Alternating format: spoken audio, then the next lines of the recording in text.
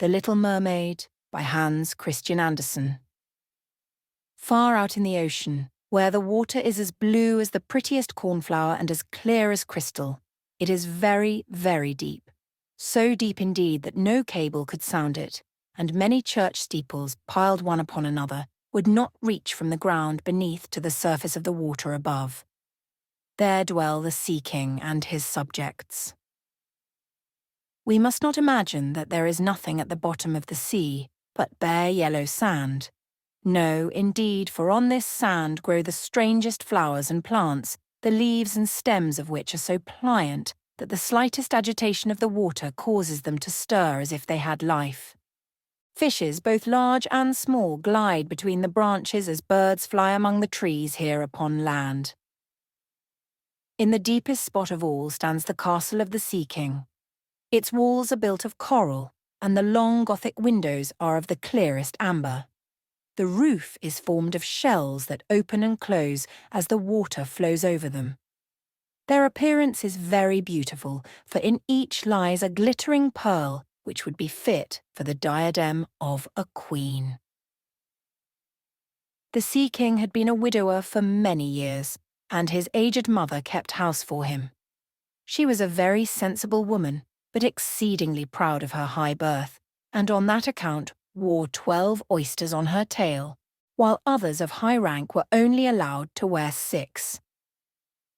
She was, however, deserving of very great praise, especially for her care of the little sea princesses, her 6 granddaughters. They were beautiful children, but the youngest was the prettiest of them all.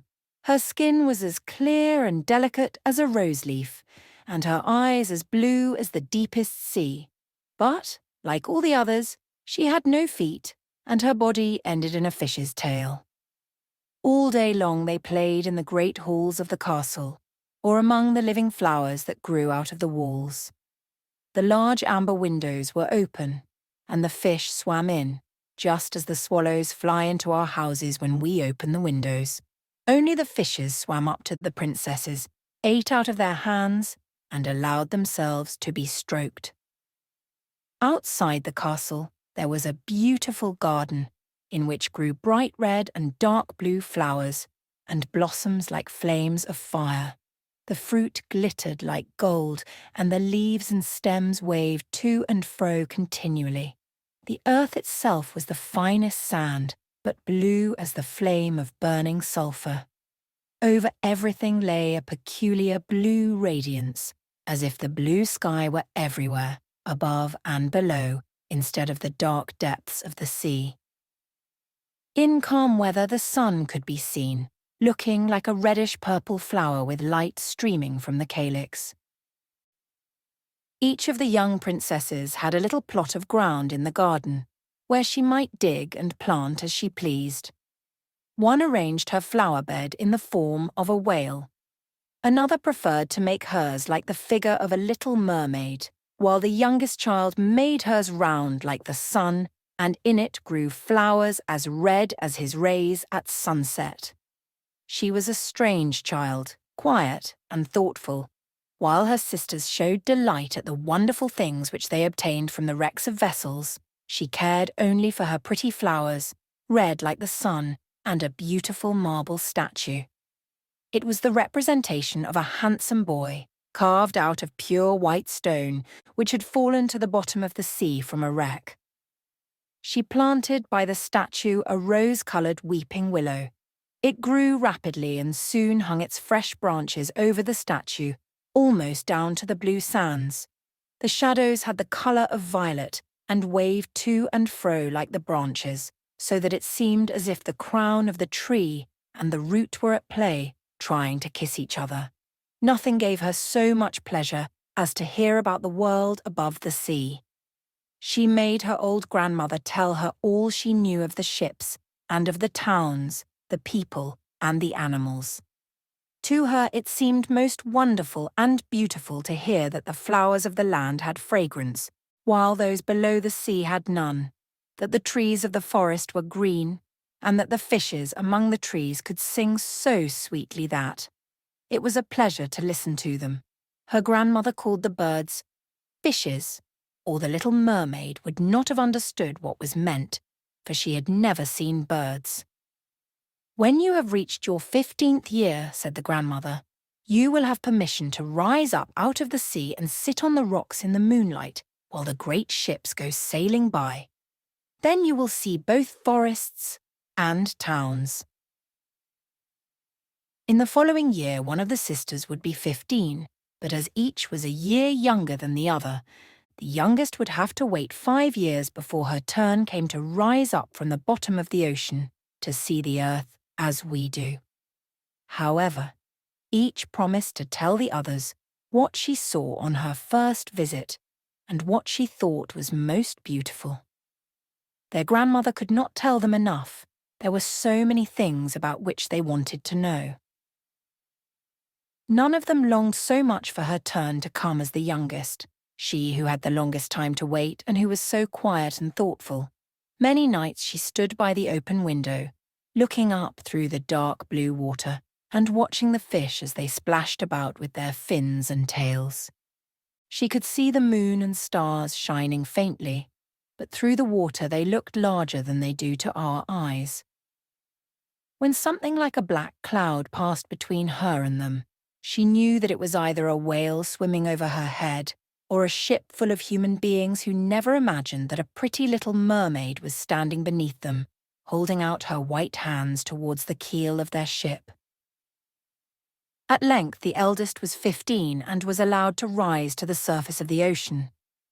When she returned, she had hundreds of things to talk about, but the finest thing, she said, was to lie on a sandbank in the quiet moonlit sea, near the shore, gazing at the lights of the nearby town that twinkled like hundreds of stars, and listening to the sounds of music, the noise of carriages, the voices of human beings, and the merry pealing of the bells in the church steeples.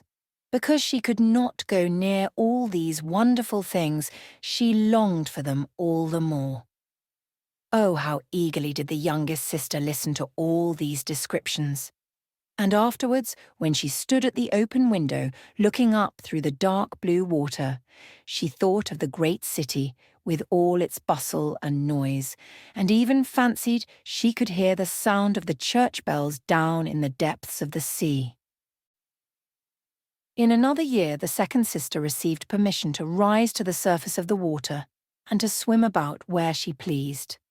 She rose just as the sun was setting, and this, she said, was the most beautiful sight of all. The whole sky looked like gold, and violet and rose-coloured clouds, which she could not describe, drifted across it. And more swiftly than the clouds flew a large flock of wild swans toward the setting sun, like a long white veil across the sea. She also swam towards the sun, but it sank into the waves, and the rosy tints faded from the clouds and from the sea. The third sister's turn followed, and she was the boldest of them all, for she swam up a broad river that emptied into the sea. On the banks she saw green hills covered with beautiful vines, and palaces and castles peeping out from amid the proud trees of the forest. She heard birds singing and felt the rays of the sun so strongly that she was obliged often to dive under the water to cool her burning face. In a narrow creek she found a large group of little human children, almost naked, sporting about in the water. She wanted to play with them, but they fled in a great fright, and then a little black animal, it was a dog but she did not know it, for she had never seen one before, came to the water and barked at her so furiously that she became frightened and rushed back to the open sea.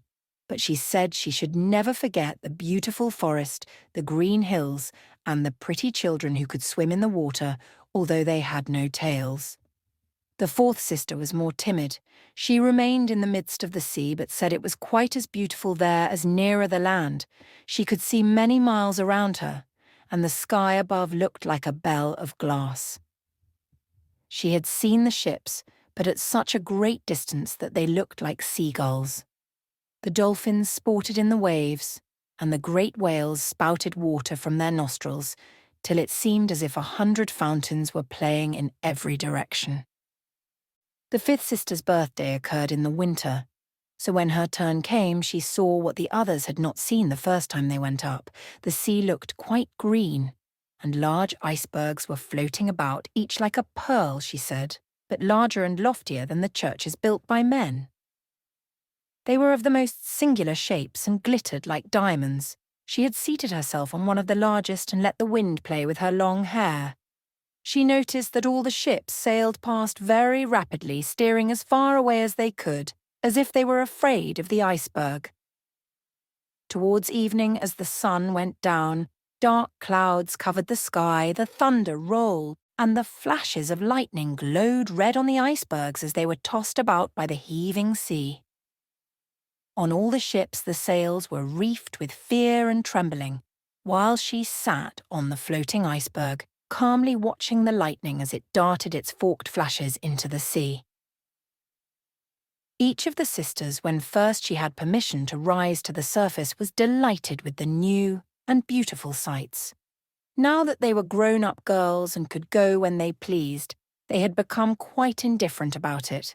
They soon wished themselves back again, and after a month had passed they said it was much more beautiful down below and pleasanter to be at home. Yet often, in the evening hours, the 5 sisters would twine their arms about each other and rise to the surface together. Their voices were more charming than that of any human being, and before the approach of a storm, when they feared that a ship might be lost, they swam before the vessel, singing enchanting songs of the delights to be found in the depths of the sea, and begging the voyagers not to fear if they sank to the bottom. But the sailors could not understand the song and thought it was the sighing of the storm. These things were never beautiful to them, for if the ship sank, the men were drowned and their dead bodies alone reached the palace of the Sea King. When the sisters rose arm in arm through the water, their youngest sister would stand quite alone looking after them, ready to cry, only since mermaids have no tears, she suffered more acutely. "Oh, were I but 15 years old," said she, "I know that I shall love the world up there and all the people who live in it." At last she reached her 15th year. "Well, now you are grown up," said the old dowager, her grandmother. "Come and let me adorn you like your sisters." And she placed in her hair a wreath of white lilies, of which every flower leaf was half a pearl. Then the old lady ordered 8 great oysters to attach themselves to the tail of the princess to show her high rank. "But they hurt me so," said the little mermaid. "Yes, I know. Pride must suffer pain," replied the old lady. Oh, how gladly she would have shaken off all this grandeur and laid aside the heavy wreath. The red flowers in her own garden would have suited her much better, but she could not change herself, so she said farewell and rose as lightly as a bubble to the surface of the water. The sun had just set when she raised her head above the waves. The clouds were tinted with crimson and gold, and through the glimmering twilight beamed the evening star in all its beauty. The sea was calm and the air mild and fresh. A large ship with 3 masts lay becalmed on the water. Only one sail was set, for not a breeze stirred, and the sailors sat idle on deck or amidst the rigging. There was music and song on board, and as darkness came on, 100 coloured lanterns were lighted, as if the flags of all nations waved in the air. The little mermaid swam close to the cabin windows, and now and then, as the waves lifted her up, she could look in through glass window panes and see a number of gaily dressed people. Among them, and the most beautiful of all, was a young prince with large black eyes. He was 16 years of age, and his birthday was being celebrated with great display. The sailors were dancing on deck, and when the prince came out of the cabin, more than 100 rockets rose in the air, making it as bright as day. The little mermaid was so startled that she dived under water, and when she again stretched out her head, it looked as if all the stars of heaven were falling around her. She had never seen such fireworks before. Great suns spurted fire about, splendid fireflies flew into the blue air, and everything was reflected in the clear, calm sea beneath. The ship itself was so brightly illuminated that all the people and even the smallest rope could be distinctly seen. How handsome the young prince looked as he pressed the hands of all his guests and smiled at them while the music resounded through the clear night air. It was very late, yet the little mermaid could not take her eyes from the ship or from the beautiful prince. The coloured lanterns had been extinguished, no more rockets rose in the air, and the cannon had ceased firing. But the sea became restless, and a moaning, grumbling sound could be heard beneath the waves. Still the little mermaid remained by the cabin window, rocking up and down on the water so that she could look within. After a while the sails were quickly set, and the ship went on her way. But soon the waves rose higher, heavy clouds darkened the sky, and lightning appeared in the distance. A dreadful storm was approaching. Once more the sails were furled, and the great ship pursued her flying course over the raging sea. The waves rose mountain high, as if they would overtop the mast, but the ship dived like a swan between them, then rose again on their lofty, foaming crests. To the little mermaid this was pleasant sport, but not so to the sailors. At length the ship groaned and creaked. The thick planks gave way under the lashing of the sea. As the waves broke over the deck, the mainmast snapped asunder like a reed, and as the ship lay over on her side, the water rushed in. The little mermaid now perceived that the crew were in danger.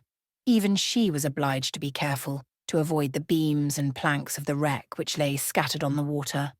At one moment it was pitch dark so that she could not see a single object, but when a flash of lightning came it revealed the whole scene.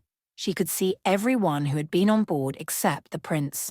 When the ship parted, she had seen him sink into the deep waves, and she was glad, for she thought he would now be with her. Then she remembered that human beings could not live in the water, so that when he got down to her father's palace, he would certainly be quite dead. No, he must not die. So she swam about among the beams and planks which strewed the surface of the sea, forgetting that they could crush her to pieces. Diving deep under the dark waters, rising and falling with the waves, she at length managed to reach the young prince, who was fast losing the power to swim in that stormy sea. His limbs were failing him, his beautiful eyes were closed, and he would have died had not the little mermaid come to his assistance. She held his head above the water and let the waves carry them where they would.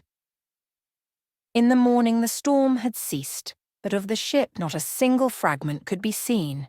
The sun came up red and shining out of the water, and its beams brought back the hue of health to the prince's cheeks, but his eyes remained closed. The mermaid kissed his high, smooth forehead and stroked back his wet hair.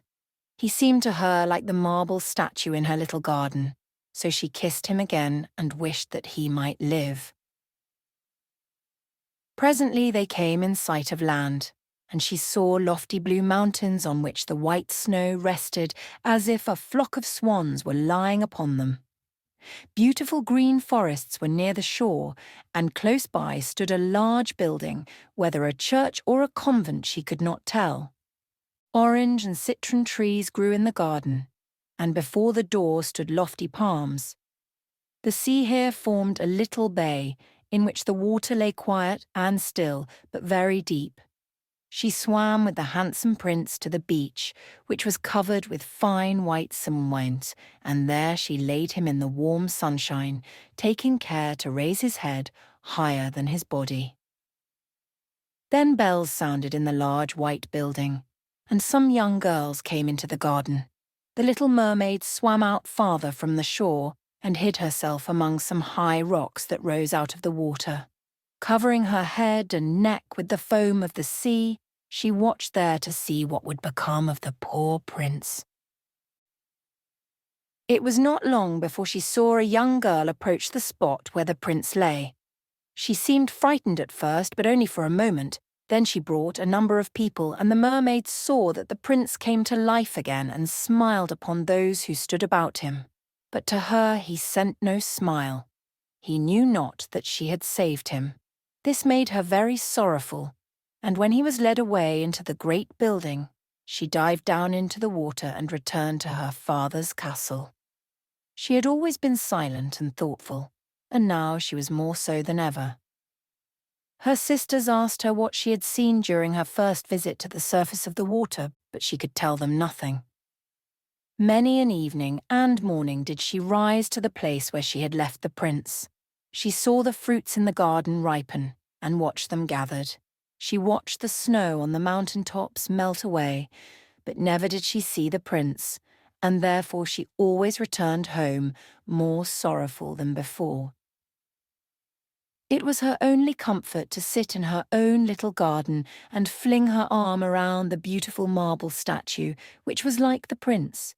She gave up tending her flowers, and they grew in wild confusion over the paths, twining their long leaves and stems round the branches of the trees, so that the whole place became dark and gloomy.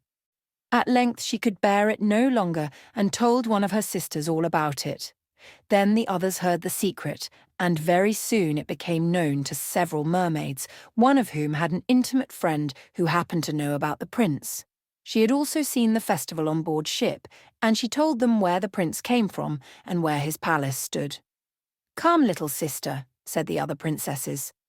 Then they entwined their arms and rose together to the surface of the water, near the spot where they knew the prince's palace stood.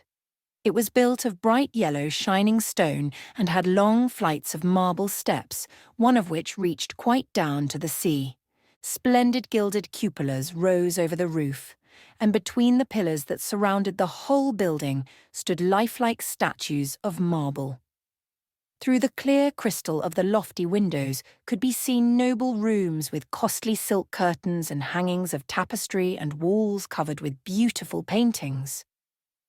In the centre of the largest salon, a fountain threw its sparkling jets high up into the glass cupola of the ceiling, through which the sun shone in upon the water and upon the beautiful plants that grew in the basin of the fountain.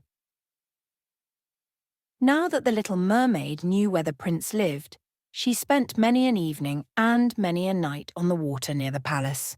She would swim much nearer the shore than any of the others had ventured, and once she went up the narrow channel under the marble balcony, which threw a broad shadow on the water. Here she sat and watched the young prince, who thought himself alone in the bright moonlight. She often saw him evenings, sailing in a beautiful boat on which music sounded and flags waved.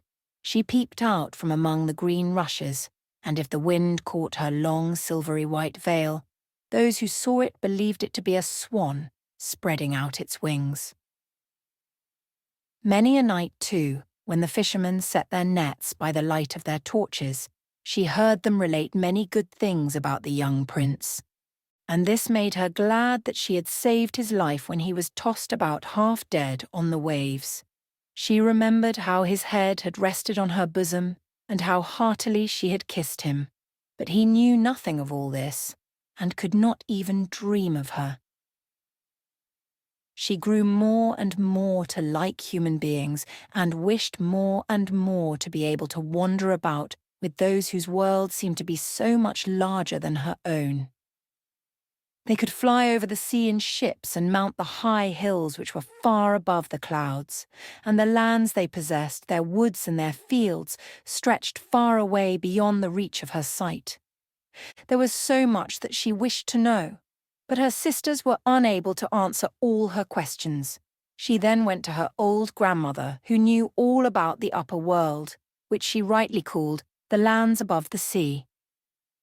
"If human beings are not drowned," asked the little mermaid, "can they live forever? Do they never die, as we do here in the sea?" "Yes," replied the old lady, "they must also die, and their term of life is even shorter than ours. We sometimes live for 300 years, but when we cease to exist here, we become only foam on the surface of the water and have not even a grave among those we love. We have not immortal souls. We shall never live again. Like the green seaweed when once it has been cut off, we can never flourish more. Human beings, on the contrary, have souls which live forever, even after the body has been turned to dust. They rise up through the clear, pure air beyond the glittering stars. As we rise out of the water and behold all the land of the earth, so do they rise to unknown and glorious regions, which we shall never see.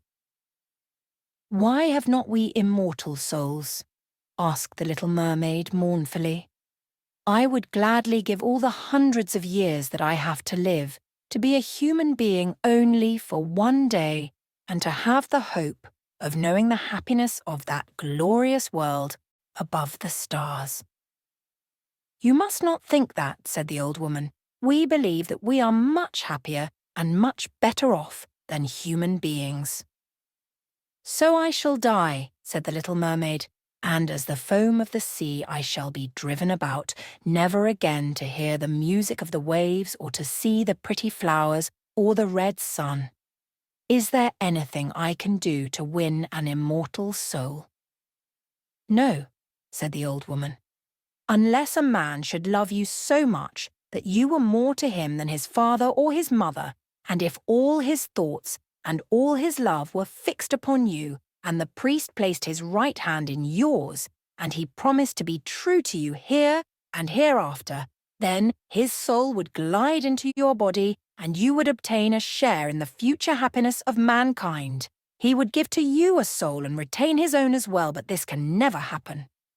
Your fish's tail, which among us is considered so beautiful, on earth is thought to be quite ugly. They do not know any better, and they think it necessary, in order to be handsome, to have two stout props, which they call legs." Then the little mermaid sighed and looked sorrowfully at her fish's tail. "Let us be happy," said the old lady, "and dart and spring about during the 300 years that we have to live, which is really quite long enough. After that we can rest ourselves all the better. This evening we are going to have a court ball." It was one of those splendid sights which we can never see on earth. The walls and the ceiling of the large ballroom were of thick but transparent crystal. Many hundreds of colossal shells, some of a deep red, others of a grass green, with blue fire in them, stood in rows on each side. These lighted up the whole salon and shone through the walls so that the sea was also illuminated. Innumerable fishes, great and small, swam past the crystal walls. On some of them the scales glowed with a purple brilliance, and on others shone like silver and gold. Through the halls flowed a broad stream, and in it danced the mermen and the mermaids to the music of their own sweet singing. No one on earth has such lovely voices as they, but the little mermaid sang more sweetly than all. The whole court applauded her with hands and tails, and for a moment her heart felt quite gay, for she knew she had the sweetest voice either on earth or in the sea. But soon she thought again of the world above her. She could not forget the charming prince, nor her sorrow that she had not an immortal soul like his. She crept away silently out of her father's palace, and while everything within was gladness and song, she sat in her own little garden, sorrowful and alone.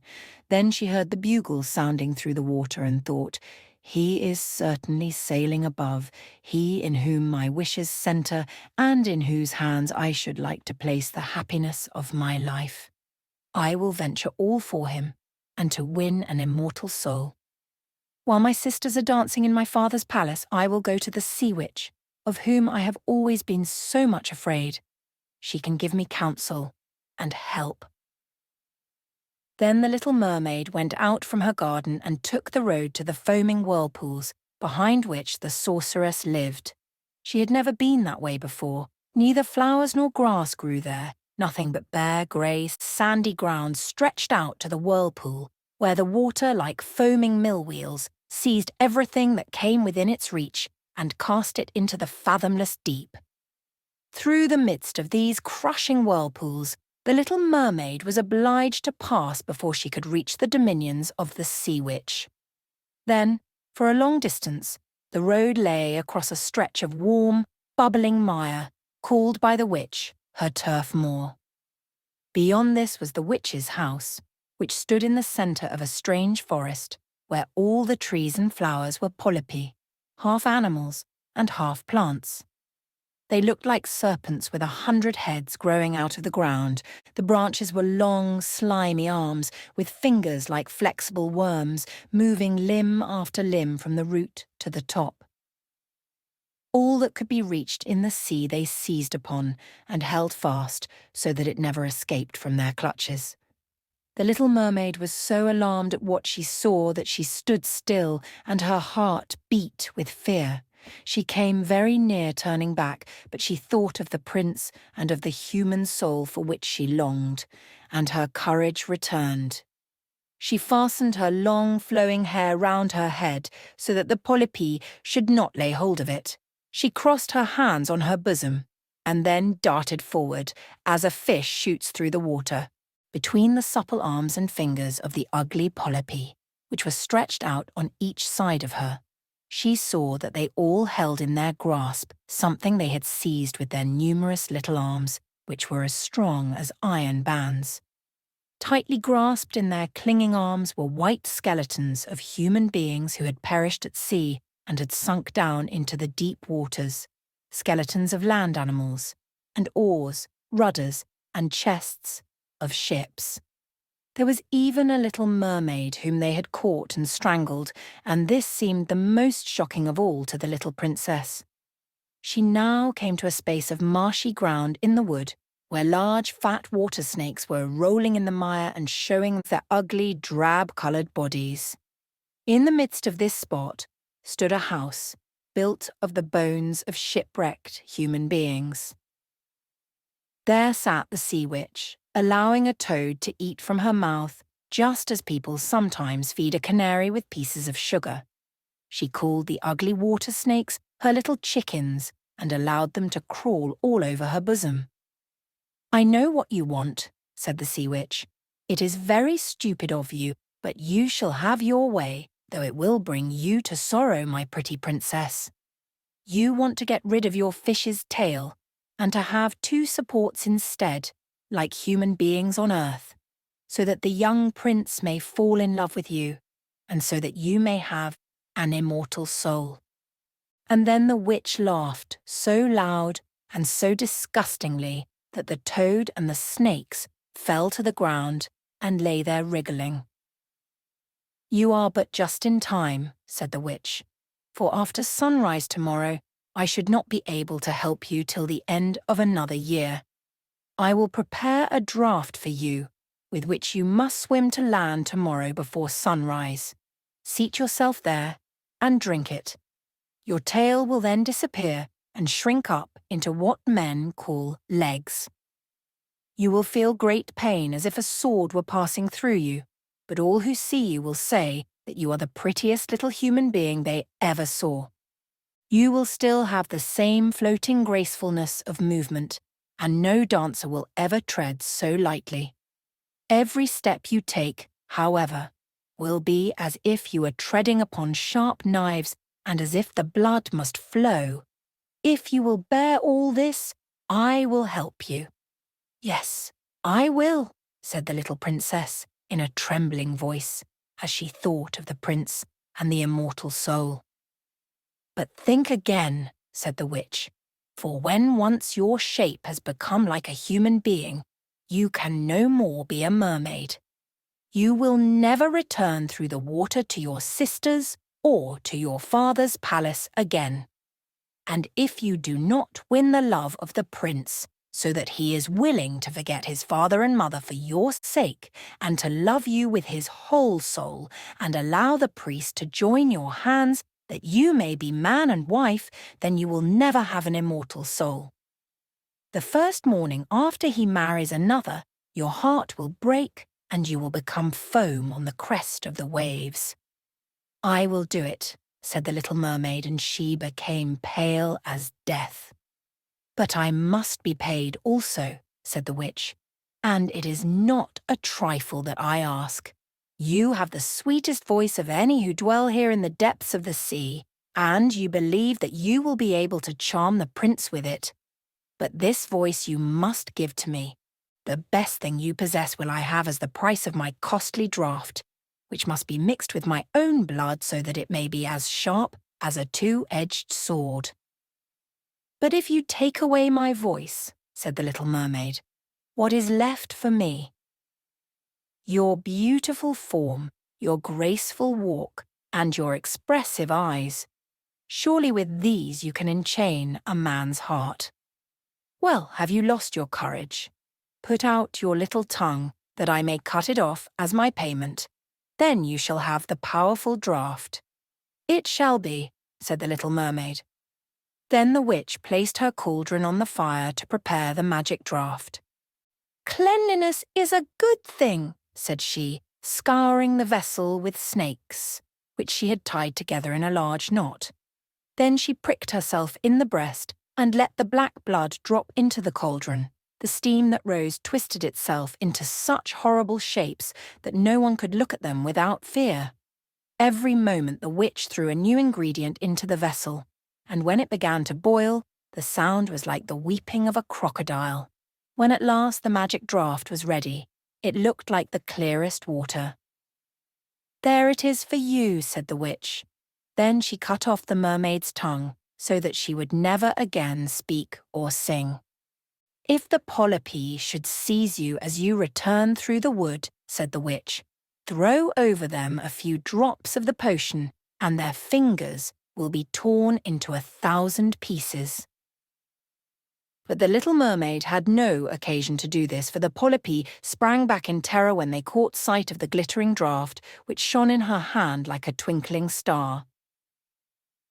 So she passed quickly through the wood and the marsh and between the rushing whirlpools. She saw that in her father's palace the torches in the ballroom were extinguished, and that all within were asleep. But she did not venture to go into them, for now that she was dumb and going to leave them forever, she felt as if her heart would break. She stole into the garden, took a flower from the flower bed of each of her sisters, kissed her hand towards the palace 1,000 times, and then rose up through the dark blue waters. The sun had not risen when she came in sight of the prince's palace and approached the beautiful marble steps, but the moon shone clear and bright. Then the little mermaid drank the magic draught, and it seemed as if a two-edged sword went through her delicate body. She fell into a swoon and lay like one dead. When the sun rose and shone over the sea, she recovered and felt a sharp pain, but before her stood the handsome young prince. He fixed his coal-black eyes upon her so earnestly that she cast down her own and then became aware that her fish's tail was gone and that she had as pretty a pair of white legs and tiny feet as any little maiden could have. But she had no clothes, so she wrapped herself in her long, thick hair. The prince asked her who she was and whence she came. She looked at him mildly and sorrowfully with her deep blue eyes, but could not speak. He took her by the hand and led her to the palace. Every step she took was as the witch had said it would be. She felt as if she were treading upon the points of needles or sharp knives. She bore it willingly, however, and moved at the prince's side as lightly as a bubble, so that he and all who saw her wondered at her graceful swaying movements. She was very soon arrayed in costly robes of silk and muslin, and was the most beautiful creature in the palace. But she was dumb, and could neither speak nor sing. Beautiful female slaves dressed in silk and gold stepped forward and sang before the prince and his royal parents. One sang better than all the others, and the prince clapped his hands and smiled at her. This was a great sorrow to the little mermaid, for she knew how much more sweetly she herself once could sing, and she thought, "Oh, if he could only know that I have given away my voice forever to be with him." The slaves next performed some pretty fairy-like dances to the sound of beautiful music. Then the little mermaid raised her lovely white arms, stood on the tips of her toes, glided over the floor, and danced as no one yet had been able to dance. At each moment, her beauty was more revealed, and her expressive eyes appealed more directly to the heart than the songs of the slaves. Everyone was enchanted, especially the prince, who called her his little foundling. She danced again quite readily to please him, though each time her foot touched the floor, it seemed as if she trod on sharp knives. The prince said she should remain with him always, and she was given permission to sleep at his door, on a velvet cushion. He had a page's dress made for her, that she might accompany him on horseback. They rode together through the sweet-scented woods, where the green boughs touched their shoulders, and the little birds sang among the fresh leaves. She climbed with him to the tops of high mountains, and although her tender feet bled so that even her steps were marked, she only smiled and followed him till they could see the clouds beneath them like a flock of birds flying to distant lands. While at the prince's palace, and when all the household were asleep, she would go and sit on the broad marble steps, for it eased her burning feet to bathe them in the cold sea water. It was then that she thought of all those below in the deep. Once during the night her sisters came up arm in arm, singing sorrowfully as they floated on the water. She beckoned to them, and they recognized her and told her how she had grieved them. After that they came to the same place every night. Once she saw in the distance her old grandmother, who had not been to the surface of the sea for many years, and the old sea king, her father, with his crown on his head. They stretched out their hands towards her, but did not venture so near the land as her sisters had. As the days passed, she loved the prince more dearly, and he loved her as one would love a little child. The thought never came to him to make her his wife. Yet unless he married her, she could not receive an immortal soul, and on the morning after his marriage with another, she would dissolve into the foam of the sea. "Do you not love me, the best of them all?" the eyes of the little mermaid seemed to say when he took her in his arms and kissed her fair forehead. "Yes, you are dear to me," said the prince, "for you have the best heart and you are the most devoted to me. You are like a young maiden whom I once saw, but whom I shall never meet again. I was in a ship that was wrecked, and the waves cast me ashore near a holy temple where several young maidens performed the service.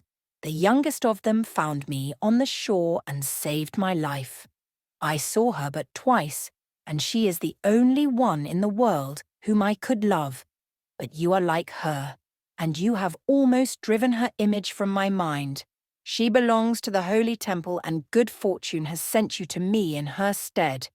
We will never part." "Ah, he knows not that it was I who saved his life," thought the little mermaid. "I carried him over the sea to the wood where the temple stands. I sat beneath the foam and watched till the human beings came to help him. I saw the pretty maiden that he loves better than he loves me." The mermaid sighed deeply, but she could not weep. "He says the maiden belongs to the holy temple, therefore she will never return to the world. They will meet no more. I am by his side and see him every day. I will take care of him and love him and give up my life for his sake." Very soon it was said that the prince was to marry and that the beautiful daughter of a neighbouring king would be his wife, for a fine ship was being fitted out. Although the prince gave out that he intended merely to pay a visit to the king, it was generally supposed that he went to court the princess. A great company were to go with him. The little mermaid smiled and shook her head. She knew the prince's thoughts better than any of the others. "I must travel," he had said to her. "I must see this beautiful princess. My parents desire it, but they will not oblige me to bring her home as my bride. I cannot love her, because she is not like the beautiful maiden in the temple whom you resemble. If I were forced to choose a bride, I would choose you, my dumb foundling with those expressive eyes." Then he kissed her rosy mouth, played with her long, waving hair, and laid his head on her heart while she dreamed of human happiness and an immortal soul. "You are not afraid of the sea, my dumb child, are you?" he said as they stood on the deck of the noble ship which was to carry them to the country of the neighbouring king. Then he told her of storm and of calm, of strange fishes in the deep beneath them, and of what the divers had seen there. She smiled at his descriptions, for she knew better than anyone what wonders were at the bottom of the sea. In the moonlight night, When all on board were asleep except the man at the helm, she sat on deck, gazing down through the clear water. She thought she could distinguish her father's castle, and upon it her aged grandmother, with the silver crown on her head, looking through the rushing tide at the keel of the vessel. Then her sisters came up on the waves and gazed at her mournfully, wringing their white hands. She beckoned to them and smiled and wanted to tell them how happy and well off she was. But the cabin boy approached, and when her sisters dived down, he thought what he saw was only the foam of the sea. The next morning the ship sailed into the harbour of a beautiful town belonging to the king whom the prince was going to visit. The church bells were ringing, and from the high towers sounded a flourish of trumpets. Soldiers with flying colours and glittering bayonets lined the roads through which they passed. Every day was a festival, balls and entertainments following one another. But the princess had not yet appeared. People said that she had been brought up and educated in a religious house, where she was learning every royal virtue. At last she came. Then the little mermaid, who was anxious to see whether she was really beautiful, was obliged to admit that she had never seen a more perfect vision of beauty. Her skin was delicately fair, and beneath her long, dark eyelashes her laughing blue eyes shone with truth and purity. "It was you," said the prince, "who saved my life when I lay as if dead on the beach." And he folded his blushing bride in his arms. "Oh, I am too happy," said he to the little mermaid. "My fondest hopes are now fulfilled. You will rejoice at my happiness, for your devotion to me is great and sincere." The little mermaid kissed his hand and felt as if her heart were already broken. His wedding morning would bring death to her, and she would change into the foam of the sea. All the church bells rang, and the heralds rode through the town proclaiming the betrothal. Perfumed oil was burned in costly silver lamps on every altar. The priests waved the censers, while the bride and the bridegroom joined their hands and received the blessing of the bishop. The little mermaid, dressed in silk and gold, held up the bride's train, but her ears heard nothing of the festive music, and her eyes saw not the holy ceremony. She thought of the night of death, which was coming to her, and of all she had lost in the world. On the same evening, the bride and bridegroom went on board the ship. Cannons were roaring, flags waving, and in the centre of the ship a costly tent of purple and gold had been erected. It contained elegant sleeping couches for the bridal pair during the night. The ship, under a favourable wind, with swelling sails, glided away smoothly and lightly over the calm sea. When it grew dark, a number of coloured lamps were lighted, and the sailors danced merrily on the deck.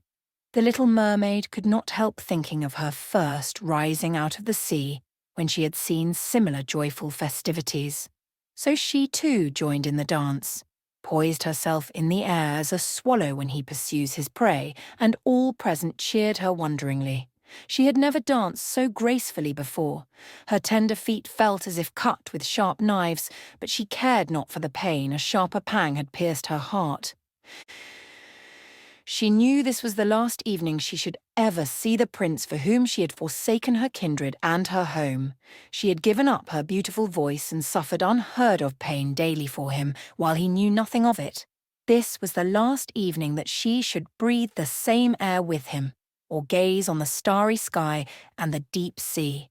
An eternal night without a thought or a dream awaited her. She had no soul, and now could never win one. All was joy and gaiety on the ship until long after midnight. She smiled and danced with the rest while the thought of death was in her heart.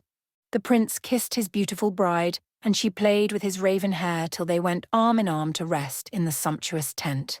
Then all became still on board the ship, and only the pilot, who stood at the helm, was awake. The little mermaid leaned her white arms on the edge of the vessel and looked towards the east, for the first blush of morning, for that first ray of the dawn which was to be her death. She saw her sisters rising out of the flood. They were as pale as she, but their beautiful hair no longer waved in the wind. It had been cut off. "We have given our hair to the witch," said they, "to obtain help for you, that you may not die tonight. She has given us a knife. See, it is very sharp. Before the sun rises, you must plunge it into the heart of the prince. When the warm blood falls upon your feet, they will grow together again into a fish's tail, and you will once more be a mermaid and can return to us to live out your 300 years before you are changed into the salt sea foam. Haste then. Either he or you must die before sunrise. Our old grandmother mourns so for you that her white hair is falling, as ours fell under the witch's scissors. Kill the prince and come back. Hasten. Do you not see the first red streaks in the sky? In a few minutes, the sun will rise, and you must die." Then they sighed deeply and mournfully, and sank beneath the waves. The little mermaid drew back the crimson curtain of the tent and beheld the fair bride, whose head was resting on the prince's breast. She bent down and kissed his noble brow, then looked at the sky, on which the rosy dawn grew brighter and brighter. She glanced at the sharp knife and again fixed her eyes on the prince, who whispered the name of his bride in his dreams. She was in his thoughts, and the knife trembled in the hand of the little mermaid, but she flung it far from her into the waves. The water turned red where it fell, and the drops that spurted up looked like blood. She cast one more lingering, half-fainting glance at the prince, then threw herself from the ship into the sea and felt her body dissolving into foam.